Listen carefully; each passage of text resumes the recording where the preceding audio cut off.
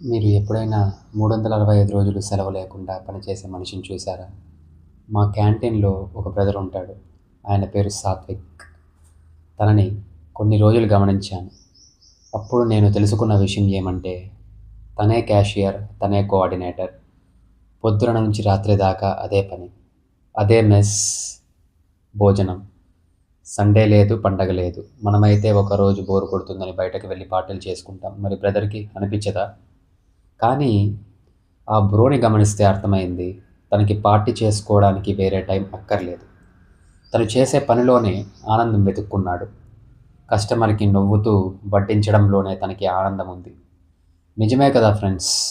పనిని భారంగా చేసేవాడికి ప్రతిరోజు నరకమే.